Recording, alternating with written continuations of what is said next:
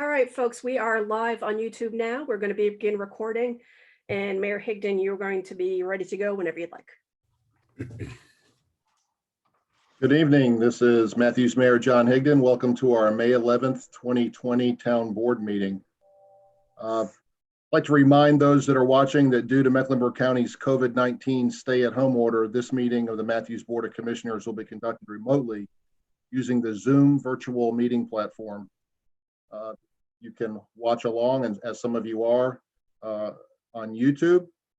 There's a live stream. The town of Matthews is committed to transparency and robust public participation during these challenging times. I'd like to start by introducing some of the participants tonight. We have Commissioner Dave Bland. Dave, can you wave your hand there? Thank you. Commissioner Ken McCool, Mayor Pro Tem Renee Garner, Town Attorney Charles Buckley. All right, Town Manager Hazen Blodgett, Commissioner John Urban, Commissioner Jeff Miller, Commissioner Larry Whitley. And tonight off camera, we also have some other town staff, including Assistant Town Manager Becky Hawk, who flickered in and out there. Hello, Becky. Police Chief Clark Pennington, our Communications Coordinator Maureen Keith, our Town Clerk Lori Canapino, and our Fire Chief Rob Kinnenberg. I believe our Park and Rec Director Corey King will also be participating, and I don't know who else I've left out. Perhaps our Planning Director Jay Camp. Is that everybody? Hey, Jay. All right. I'm going to remind everybody that's watching and those that are participating that the mayor and commissioners will vote on each item tonight by roll call, meaning each member will be polled to individually verbalize their vote for the record. So I'll call your name. Please say yay or nay and raise your hand to indicate that you're speaking when I call you. Thank you. We're going to go on to agenda item number 2, which is a moment of reflection. And I'd like to let everybody know that we're going to call this portion of our meeting from now on a moment of reflection. It may be a reflection, it may be a prayer, whatever the individual that's conducting that particular agenda item that during that meeting will decide. And tonight we're going to have Mayor Pro Tem Renee Garner. Thank you, Mayor. In consideration for the recent killing of Ahmaud Arbery, let's take a moment to reflect on this thought by local historian Tom Hanchett. Today's decisions, consciously or unconsciously, rest on the platform of the past.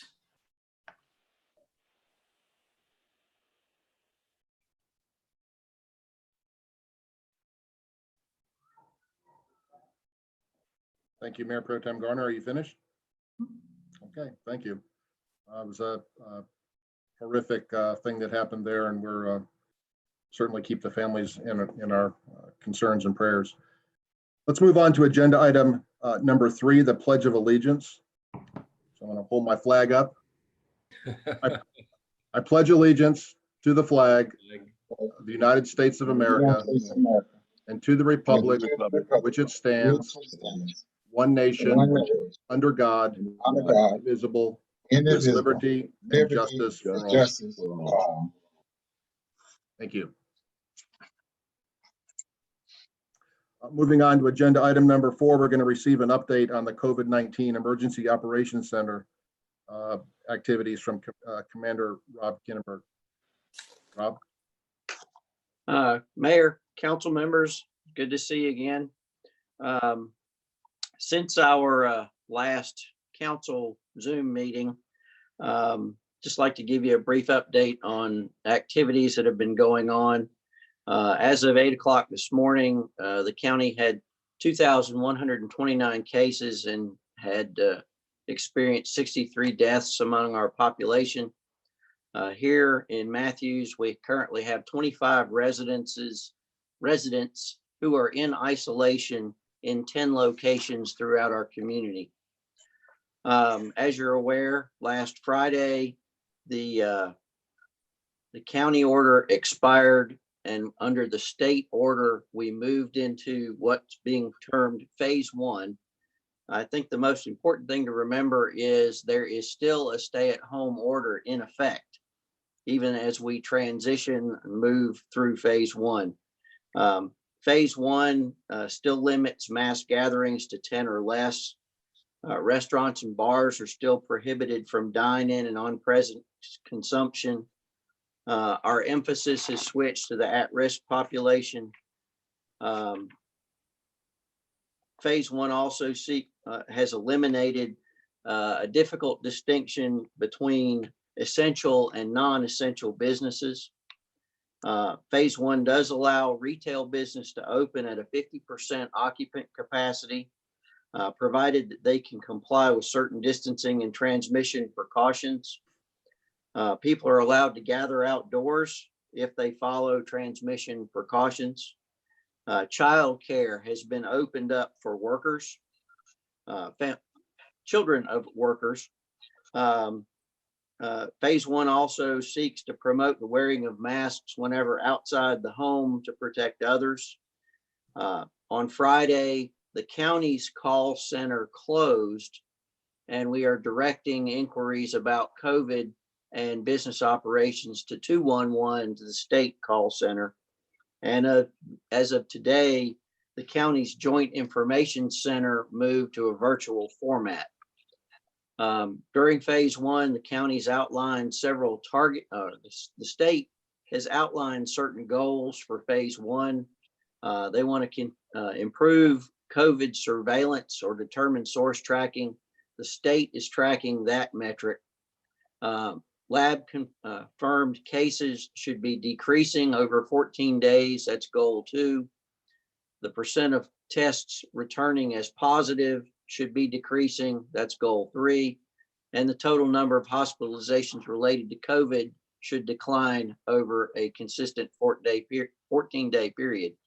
As of the May 2nd, the county in the 3 measures, 2, 3, and 4, is remaining stable or has experienced slight declines, but we have yet to experience a 14-day steady decline in these metrics. Last week, the county health director outlined a 30-day testing plan. The state has set a goal for Mecklenburg County to test 5% of our population, or just over 55,000 people, in the next 30 days. Mecklenburg needs to test 1,850 people a day to achieve that goal. And the hospital systems have been able to achieve that number of tests twice in the last 2 weeks. So we feel we'll be able to achieve the testing goal. So far, Mecklenburg's tested just over 30,000 people, or about 3.5%. At the end of 30 days, we hope to have tested close to 100,000 people. And so far, our experience is that 7.5% of those tested are determined to be positive. The county has also laid out a 3-tiered testing priority system. Priority 1 are those people who have symptoms, who are 65 or older, who have underlying health issues and live in congregate facilities, and our healthcare workers and first responders. Group 2, individuals with mild symptoms, which include children, people known to have medium to high risk exposures, and group 3 are people who are asymptomatic. Matthews continues to be involved on a daily basis. The county manager has instituted a business roundtable focus group, and Hazen participates as part of that group. On a daily basis, we track our PPE, and we've moved to a centralized warehousing of PPE for not only first responders, but also for healthcare facilities. We continue to work with our congregate care facilities, Plantation Estates, Windsor Run, Carrington, and Royal Park. And we continue to have police and fire representation in the EOC as their operations de-escalate. That is my report. Okay, thank you. Excellent job as usual. Thank you, Rob. Are there any questions for Rob on this? I've got one, Mayor. I've got a question for Rob. Rob, out of these number of thousands of tests that should be taking place for Mecklenburg County, how many tests will Matthews have to test out of that? Well, I guess we could assume that roughly 5% of Matthews' population will be tested at the end of 30 days. We're not testing based on municipality. We're testing countywide based on whether people fit into one of the 3 priority groups. Okay, 2 weeks ago, I asked this question that people of color or Hispanics have a higher rate of infection. Is there any concern to test people in the African-American community? Have there been any thought or talk of that? Yet Novant and Atrium have the bulk of the testing responsibility. There've been quite a bit in the paper about that deficiency. I know they've moved several of their erected several testing locations in traditionally African-American and Hispanic communities. There was an article in the paper about Hispanics now outpacing African-Americans in terms of susceptibility to the COVID disease. I believe they're still trying to figure out why that is, other than underlying medical conditions. But yet your concerns have been addressed. Unfortunately, they're not in our hands. That public health and the hospital has taken the lead on that. Okay, Are there any other questions for Chief Kinneberg? I have one. Commissioner Miller? Rob, are we testing for antibodies at all at this point, or only for COVID-19 symptoms? And I believe the bulk of the testing is based on symptoms. It's still being handled at the ERs or urgent cares and at the 2 drive-up facilities in Matthews. The antibody test, while it is important, it's still less accurate than the actual virus test. thank you. Mayor Pro Tem Garner? We have an update on Carrington. Carrington still has a number of positive patients. We've been in contact with them at least on a weekly basis, and I know they're in contact with the health department. Okay. Any further questions? I'd like to say that I've, as mayor, have been on several calls with the EOC and other folks when Rob is present, and he's doing an excellent job for Matthews and the whole county. We really appreciate it, Rob. Fantastic. Thank you, Mayor. All right, let's move along to agenda item number 5, recognize National Police Week. Chief Bennington. Thank you, Mr. Mayor and Board of Commissioners. As you know, this week, May 10th through May 16th, is National Police Week. As a history, in 1962, John F. Kennedy signed a proclamation designating May 15th of every year the Peace Officer Memorial Day, and the week in which that day falls, the National Police Week. Since then, officers, community, and family members have begun to celebrate and mourn the fallen officers during this week. According to the IACP president, to date in 2020, we have lost 64 officers in the line of duty. In addition to that, the U.S. alone has lost at least 44 police officers to the corona or the COVID-19 virus. I do want to thank the board and the mayor commissioners for celebrating and honoring our brave men and women that serve the Matthews community. And those members do include the Matthews Police Department, Mecklenburg County Sheriff's Office, Charlotte-Mecklenburg Police Department, North Carolina Highway Patrol, and the alcohol law enforcement agencies. So we do appreciate your time and this proclamation. Thank you, Chief. I'd like to go ahead and read this into the record. I have not printed it out, so I'm gonna, whoever's driving may have to help me scrolling with the screen here. But Police Week and Peace Officers Memorial Day. Whereas Congress and the President of the United States have designated May 15th as Peace Officers Memorial Day, and the week in which May 15th falls as National Police Week. And whereas the members of the law enforcement agencies serving the town of Matthews, including the Charlotte-Mecklenburg Police Department, Mecklenburg County Sheriff's Office, Mecklenburg County Alcohol Beverage Control, North Carolina Alcohol Law Enforcement, North Carolina Highway Patrol, and the Town of Matthews Police Department play an essential role in safeguarding the rights and freedoms of the Town of Matthews. Whereas it is important that all citizens know and understand the duties, responsibilities, hazards, and sacrifices of their law enforcement agencies, and that members of our law enforcement agencies recognize their duty to serve the people by safeguarding life and property, by protecting them against violence and disorder, by protecting the innocent against deception and the weak against oppression. And whereas the men and women of the law enforcement agencies of Mecklenburg County unceasingly provide a vital public service, and now therefore, the Matthews Board of Commissioners calls upon all citizens of the Town of Matthews and upon all patriotic, civic, and educational organizations to observe the week of May 10th through 16th, 2020 as Police Week, with appropriate ceremonies and observances in which all of our people may join in commemorating law enforcement officers, past and present, who by their faithful and loyal devotion to their responsibilities have rendered a dedicated service to their communities, and in doing so have established for themselves an enviable and enduring reputation for preserving the rights and security of all citizens.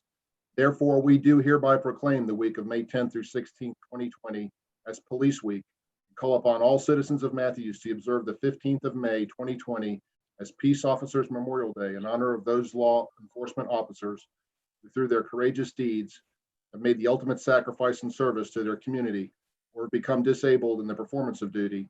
Let us recognize and pay respect to the survivors of our fallen heroes. In witness whereof, I hereunto set my hand and cause the seal of the Town of Matthews to be affixed this 11th day of May, 2020. So thank you very much, Chief. Really appreciate everything all police do for us. Thank you. Amen. Yeah, let's move on to agenda item number 6, items to be added to the agenda. Do we have any, Town Manager, Mr. Blodgett? No, sir, Mr. Mayor. Okay, thank you. Town Clerk informed me prior to the meeting starting that we did not receive any public comments for this meeting. So we'll move on to agenda item number 8, planning and development business. Planning and zoning related actions to certify the revised appraisal and associated fee in lieu calculation for villages at Idlewild Subdivision. Mary Jo. And I think you're on mute. Thank you, Mayor. Good evening, everyone. I'm sorry I didn't introduce you initially. That's not a problem. So at the March 9th council meeting, the commissioners heard a request from Mr. Todd Akers from KW Commercial. He represented the development villages at Idlewild over at Boyd Thunderbird Road and Highway 485, Idlewild Highway 485. He was requesting that the fee in lieu be reduced for the property. So as part of the process, he had gotten an appraisal. The value of the property was $774,000 with that appraisal. The tax records showed the property was worth $1.6 million. So at that meeting, the Board of Commissioners and Mr. Akers agreed to have an independent appraisal complete an appraisal for the property as part of the ordinance section 706.e. Mr. Akers and the town contracted with TB Harris Jr. and Associates. The appraisal report is part of our memo. And the balance of what needs to be done for this process is the board needs to certify this supplemental appraisal and that it's final and agree to the final appraisal report. The report shows the value of the property as $1,161,000. And that would bring the fee in lieu from the town's estimate of $327,916 down to $225,154. So we are asking for the board to certify the appraisal and agree to the now current fee in lieu that you see on the screen in front of you. Any And questions? Mary Jo, it went up from from what, it went down to 225, but went up from the earlier appraisal. Correct. Their appraisal was $774,000 that they had independently done. Their part of the basis on that was there is no current water and sewer out there, but they have to have water and sewer to develop the 119 townhomes out there. And that is part of this current appraisal also. It is noted in their appraisal that JB Harris did. They also have a caveat about the market currently because of the pandemic, and they recognize that there might be some short-term impact and there might be some long-term impact that we just can't judge right at this time. We feel the appraisal is fair. It fell somewhere in the middle between the tax records and what Mr. Akers' appraiser had provided. So because of the board's action, and it is a fair compromise in between, but the town will be receiving approximately $75,000 more fee in lieu. So that's, I believe, because it was 150 earlier, correct? And it goes to 225. Correct. So I'll entertain a motion to accept and certify the results of this third-party appraisal. So moved. Second. Motion by Commissioner Whitley, seconded by Commissioner Miller. I'm going to call each commissioner by name. Again, please raise your hand and say yay or nay. Commissioner Bland. Yay. Thank you. Commissioner McCool. Didn't hear you. You're on mute. Yay. Yay. Okay. Mayor Pro Tem Garner. Yay. Yay. Okay. Thank you.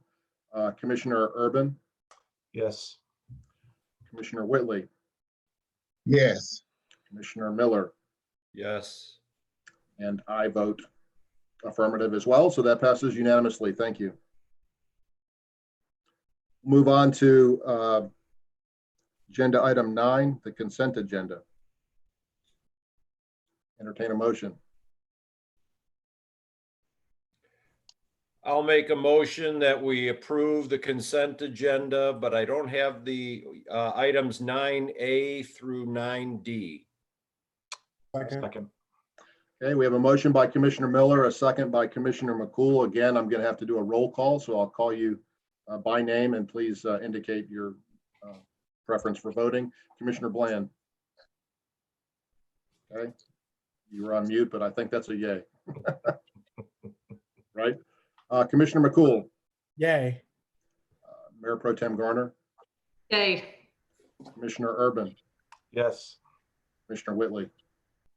Yes. Commissioner Miller. Yes. And I also vote affirmative or yay, so that passes unanimously. Thank you. The consent agenda is passed. Let's move on to agenda item number 10, unfinished business. 10A, Matthews Station Street repaving project. I believe CJ, you have a presentation?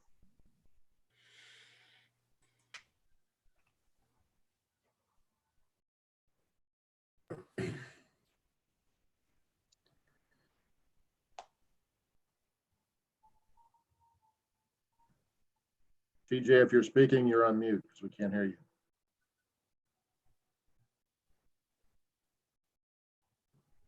So I apologize. I'm sorry. I didn't realize I was giving this presentation. The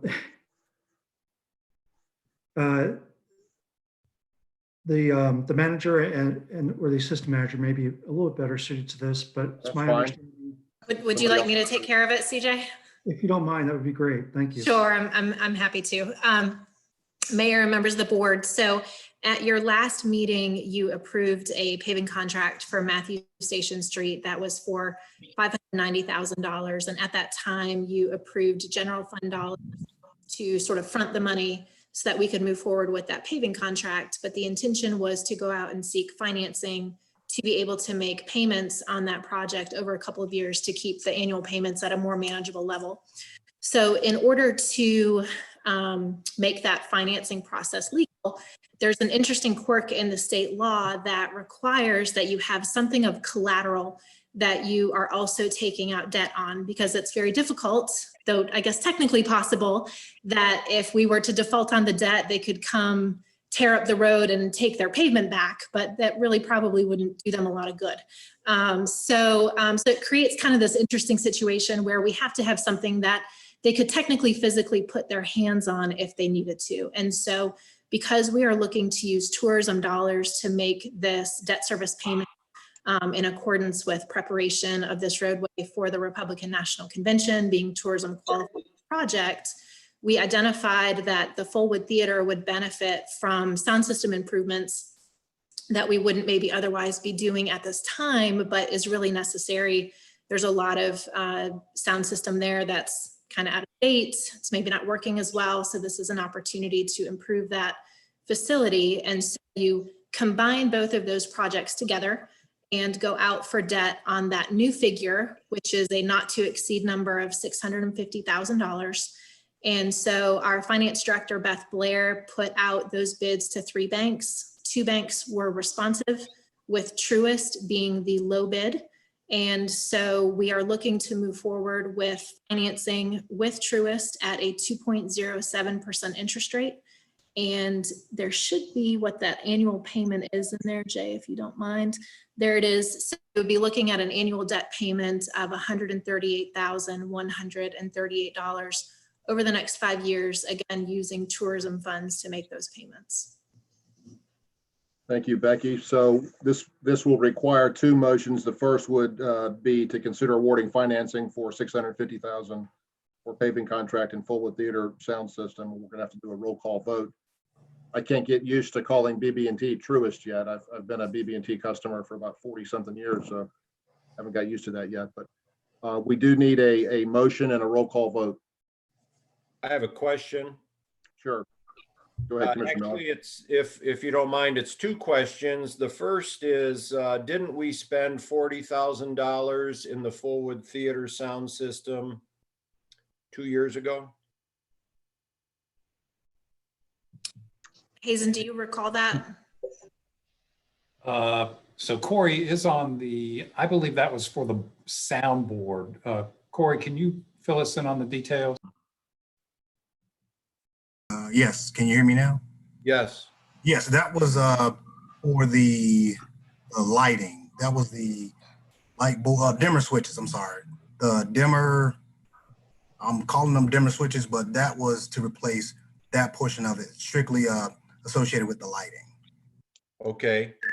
And thank you, Corey. And the second question I have, Becky, if you don't mind sharing, who was the 3rd bank that did not respond? It was Uhari Bank, was non-responsih. Are they local somewhere? I've never heard of them. They are. The spelling is UWHARR. It's yeah, there is a location on Providence Road or Ray Road, excuse me, and they are local in the area. Thank you. That's the forest up near UNC Charlotte is Uhari National Forest, I think. Yeah, I do recall that lighting project, Commissioner Miller, and I remember questioning because I thought it was awfully expensive for dimmer switches, you know, but you're right, it was, and I think Commissioner Melton was explaining that's what they cost, but it was very expensive. So again, are there any other questions? If not, we'll move on to a motion. I'll make a motion, Mayor.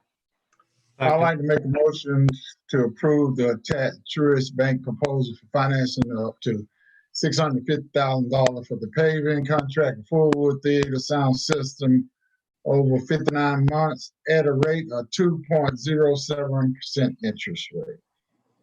Second. Okay, we have a motion by Commissioner Whitley, a second by Commissioner Miller. I'll again be taking a roll call vote. Commissioner Bland. Yes. Commissioner McCool. Yes. Mayor Pro Tem Garner. Yes. Commissioner Urban. Yes. Commissioner Whitley. Yes. Commissioner Miller. Yes. And I vote yay as well, so that passes unanimously. Now we'll move on to the second portion of this. I don't know, Becky, does this need some additional explanation? Sure. So this is a reimbursement resolution that gives the town formal permission to be able to use those loan proceeds to pay back our general fund for the dollars that we are initially expending to be able to start the paving project. Okay, thank you. Are there any questions for Assistant Town Manager Hawk? I didn't. I'll go ahead, Jeff. Thank you. I didn't fully understand this resolution or the need for it. Can you help me understand that? Charlie, do you want to jump in on the legal requirements? Because it's tax exempt financing, in order to be able to reimburse ourselves, to be able to reimburse the general fund out of the loan proceeds, it requires this under the Fiscal Control Act so that we can do that, plus also the IRS regulations on the use of those funds. It's standard. It should be done in every installment contract where we use funds other than the loan funds in the process, so we can reimburse our general funds or whatever other source of funds that we might have used. Okay, thank you. Yes, sir. Mr. Mayor, I'd like to make a motion. I'd like to make a motion to approve the tax reimbursement resolution allowing the town to reimburse the general fund with the loan proceeds from Truist Bank. Okay, we have a motion from Commissioner Whitley. Do we have a second? Second. Second by Mayor Pro Tem Garner. Once again, I'll be taking this arduous roll call individually. Commissioner Bland? Aye. Commissioner McCool? Mayor Pro Tem Garner? Yes. Commissioner Urban? Yes. Commissioner Whitley? Yes. Commissioner Miller? Yes. And I vote yes as well. So that passes unanimously. Thank you. That was a kind of a strange strange thing there, but I guess It was an odd one for us too. It was an odd one for us too. Yeah, I read it a couple of times, and I'm glad you were available to explain it, because it's not readily apparent, that's for sure. Let's move on to item number 11, new business. 11A, consider request for exemption from NCGS 143-64.31 for Purser Halsey Dog Park design. Corey, you going to handle this one? Yes. Thank Since you, I'm sir. figuring out how to turn my camera on here.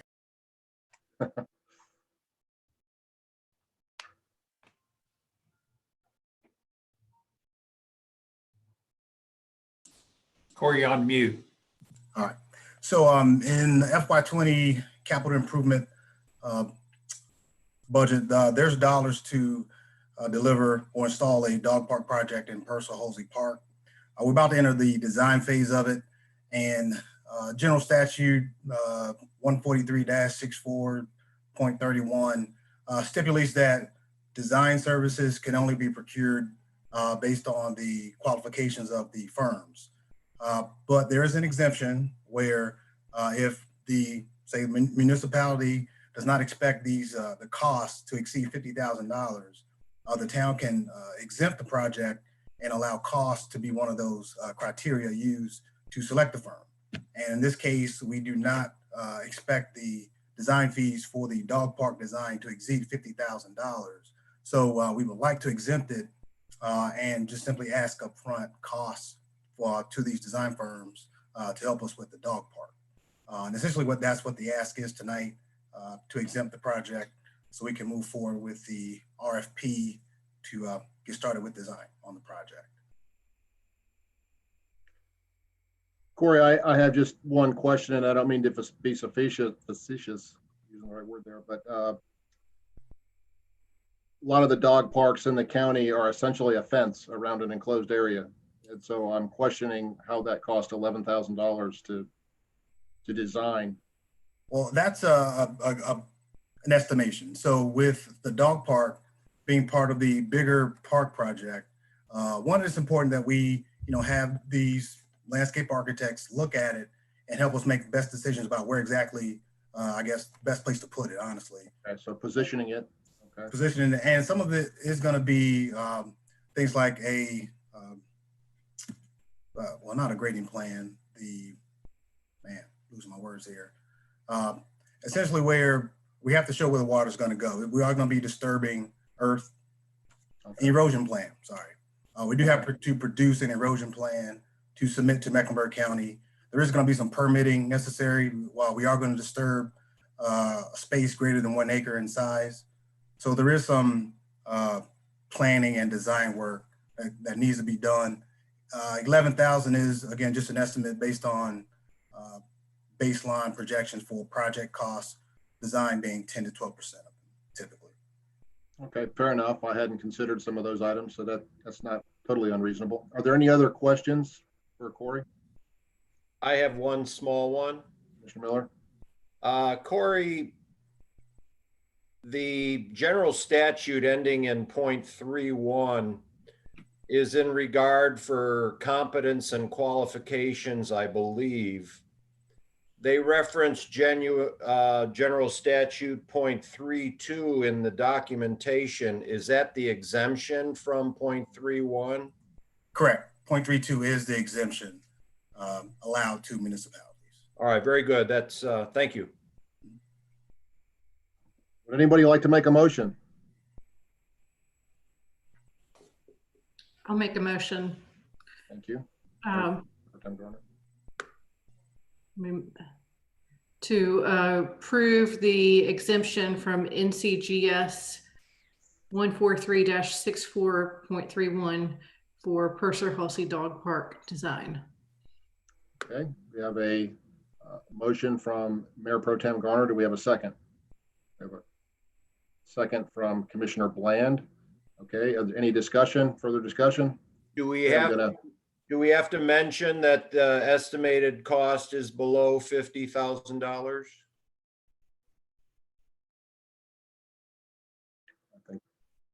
Well, Jason, you want to comment on that? Or Charlie? Can I comment on that? I Yes, think sir. that's a good point, Commissioner Miller, because there are several different types of exemptions. So it would be best to say that based seeking the exemption for the less than $50,000 cost, because there are other exemptions.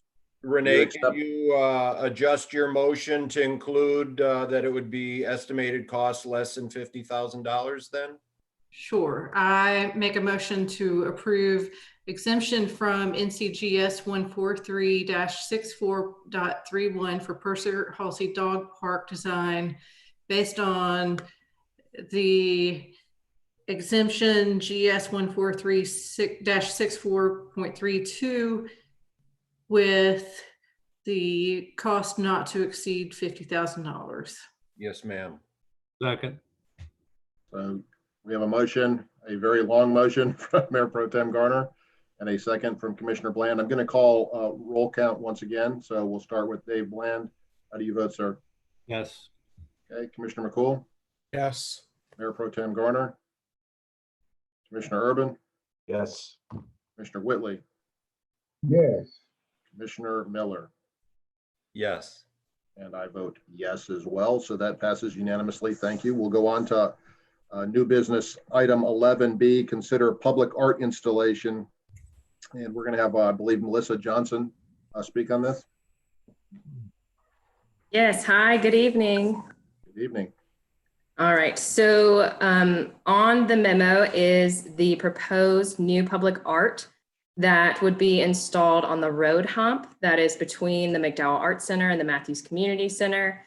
This is an area where we do get a lot of traffic, a lot of foot traffic in the morning and in the afternoons with school drop off and pick up. And during Matthews Alive, there's a lot of foot traffic. A couple years ago, just watching pedestrians during Matthews Alive, the directional arrows are covered up by all of the vendors and the tents, and people were tripping on it constantly. So last year during Matthews Alive, we did a temporary installation just to draw awareness to it, and it was pretty well received. So we wanted to put something professional down that was not town staff. So we had a call to artists open, and we had about 6 artists who submitted, and this artist, Muriel Epling, she's actually from Raleigh, and she was chosen, and the option 1 was voted on by the advisory committee. to be put on the road hump. So those are dogwoods, I presume, right? They are native plant, pollinator. Yes. I have a question, Melissa. What do y'all pick, Carolina blue over Duke blue? Number two is Duke blue. That's Not my right. choice, but that was what was preferred. I think grassed. I will entertain a motion if you're finished, Melissa. I am.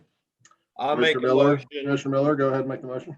I'll make a motion that we approve option 1 for the installation on the road hump on McDowell Street between the Matthews Community Center and the McDowell Arts Center. Second. Okay, we have a motion from Commissioner Miller, a second by Commissioner McCool. I'll once again call roll call. Commissioner Bland, how do you vote, sir? Yes. Yes. Commissioner McCool, Yes. Mayor Pro Tem Garner, Yes. Commissioner Urban, Yes. Commissioner Whitley, Only because it's Carolina blue, but I'd rather have blue, but yes. there wasn't an NC State red option, so we'll go with that. Commissioner Miller, Yes. and I vote affirmative as well. That passes unanimously. Thank you. That'll Thank look nice you. over there. Beautiful. All right, we'll move on to item 12, the mayor's report. I just want to remind everybody on this call and anybody that's watching that the governor's reopening of our economy is a phased approach. And I just want to caution folks from, thinking everything is open and that there's no need for social distancing or wearing masks and things like that going forward. We still need to be very careful and mindful of all of our citizens to make sure that we protect not only ourselves, but we're respectful of the health of others, particularly those that are health compromised. I'd also like to urge everyone to look out for maybe some of your elderly or more sickly, again, health compromised folks that may need help getting groceries or things like that. We need to look out for one another during these difficult times. I think, as Chief Kinnenberg said, the tide is slowly starting to change, and hopefully we'll continue to see the curve flatten and start to go down and get 14 days and then 30 days and 60 days, and we'll put this behind us, I hope, at some point. But appreciate everything everybody's doing in the community. We're all looking out for one another, and let's just keep moving forward. That's all I have. I'll move on to the attorney's report. Mr. Buckley, sir. No report. No report. The town manager's report, Hazen. I have a quick thing I want to say, Mr. Mayor, members of the board. So Memorial Day coming up, and we've had a request to use Stumptown Park for Memorial Day festivities. In the governor's phase 2, it does allow for entertainment venues to open at a reduced capacity. So Corey King and I talked about this today, and provided we go to phase 2, I do think it's appropriate to do some kind of Memorial Day recognition that we've done in the past, but then we just have to make sure it's properly spaced and safe and all that. So wanted to give the board a heads up that it would, as long as it's done right, it would comply with phase 2 of the governor's order. I'd like just to add to that, if I could, Hazen, that for those of you that are newly elected officials, the town board usually participates in that event or is asked to. So I think that's appropriate if we are in phase 2. Yes. Do you have anything else, Hazen? No, sir. Hazen, in phase 2, how many people does that allow to gather in one place? Let's see. I think it's up to 50. With social distancing, I believe. Let me get back to you on that. I'm not sure, and my little notes here don't say how many people it is. Okay. I know you want to do social distancing, but I want to make sure that we don't oversee the limit or something for the gathering for phase 2. I didn't see a number in it. So just so you know, Reverend Whitley, it does say allow places such as houses of worship to open at reduced capacity. But these are talking notes. There's no detail here. So let me get that information and I'll send it out to the board. Commissioner Yeah, and I Bland, did you saw have a that. comment? That's why I saw it, because I didn't know what that mean, that reduced capacity is. Was it 50 or 100 or, there was no clarity.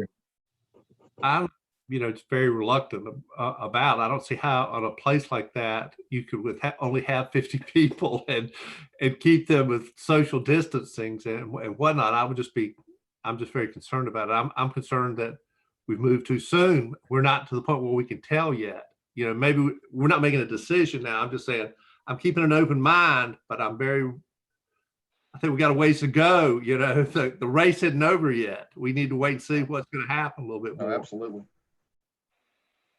So that's just my 2 cents. I guess, unfortunately, those events have not had many more than 50 people ever show up to them. I think last year was the largest ever, and maybe it was close to 100, but that was unusual. It's usually. I think if people thought school's out, if everybody thought we could all go out again, the place would probably have 10,000 people. But everybody's third grade. But we'll see. I have one other, I guess, comment or question for either the town manager or assistant town manager. Have either of you heard anything about a proposed high school graduation for Butler at the Charlotte Motor Speedway? Is that? I have not. Renee, have you heard anything about that? I just know they have that task force, so they're looking at different options. I think that would be a good thing to have. My son just graduated from Chapel Hill and has no graduation. And it's just a real shame to have such a great accomplishment as graduating high school or college and have no real public recognition of it, if there was a way to do it safely. And I know there was one high school, I forgot where it was, but I saw it on TV where they did it at a football stadium and had the students drive through in a car very slowly and only had, like 50 people in an entire stadium that was their parents at any given time. And that's something that's better than nothing. I would like to see our students that have accomplished such great milestones be recognized in some way. And if not now, maybe we can do it later. They have the task force to figure out what to do. So I'm sure something will be done, and they've been very receptive to ideas. So if we want to send an idea over, then I'm sure it would be welcomed. And as a final note before we adjourn, I want to congratulate Becky Hawk on getting married recently. Congratulations. What? Thank you. That's another great accomplishment. Gotta have something positive during the pandemic. Yeah. Congratulations. Thank you. Congratulations, Becky. I would entertain a motion to adjourn. I'll make that motion. I think Commissioner McCool beat you to it. How about seconded by Commissioner Miller? We're going to have to do a roll call again. Commissioner Bland, do you want to adjourn? Yes. Commissioner McCool? Yes. Mayor Pro Tem Garner? Yes. Commissioner Urban? Yes. Commissioner Whitley? Be blessed, yes. Okay. Commissioner Miller? Yes, sir. And I say yes as well. Be safe, and we'll see you all soon. Thank you. Bye. Thank you. Good night.